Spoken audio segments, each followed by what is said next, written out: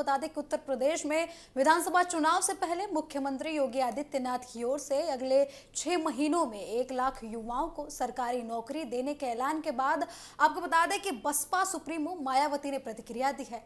उन्होंने सरकार के फैसले को सही कदम बताया, लेकिन इसे देर से उठाया गया और चुनावी कदम भी करार दिया। मायावती ने कहा कि अगर नियुक्तियां समय पर होती और बिना पेपर लीक और भ्रष्टाचार के पूरी होती तो ये युवाओं के हित में होता। मायावती ने एक्स पर पोस्ट करते हुए कहा कि उत्तर प्रदेश सरकार द्वारा अगले 6 महीने यानी कि विधानसभा चुनाव तक 1 लाख युवाओं को सरकारी नौकरी देने की घोषणा देर से उठाया गया है और जिस तरीके से ये कदम उठाया गया है ये कदम सही है, लेकिन चुनावी तरीके से इस कदम को उठाया गया है, ऐसा मायावती का कहना है। लेकिन आपको बता दें कि उन्होंने ये भी कहा है कि अगर नियुक्तियां पेपर लीक और भ्रष्टाचार जैसे मामलों से मुक्त रहकर समय पर पूरी हो जाती हैं तो ये अच्छा होगा और इसे चुनावी छलावा बनने से रोका जा सकेगा। बसपा प्रमुख ने सरकार से एसएससी, एसटी और ओबीसी वर्ग के आरक्षित पदों पर लंबित बैकलॉग भर्तियों को लेकर भी घोषणा की। तो आपको बता दें कि जिस तरीके से उन्होंने मांग की है कि एससी एसटी के जो पदे हैं उन पर लगातार भर्तियां हो और ओबीसी को भी लेकर उन्होंने प्रतिक्रिया दी है और बोला है कि इन सभी पदों के लिए जो भर्तियां हैं वो निकाली जाएं।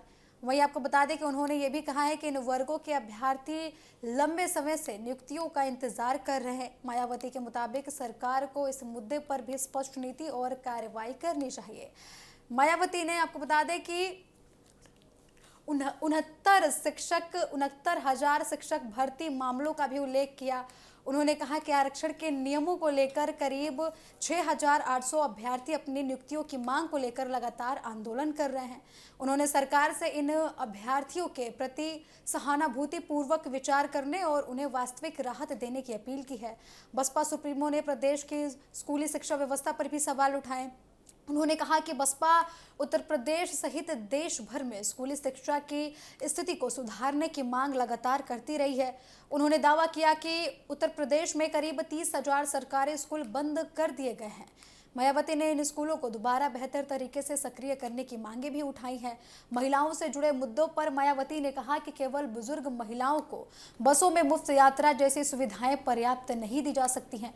उन्होंने बोला है कि महिलाओं को शोषण, अत्याचार और उत्पीड़न से बचाने के लिए लगातार सुरक्षा और सम्मान और आत्मनिर्भरता की तरफ महिलाओं को बढ़ाना चाहिए और इनको लेकर लगातार ठोस नीतियां सरकार को लानी चाहिए।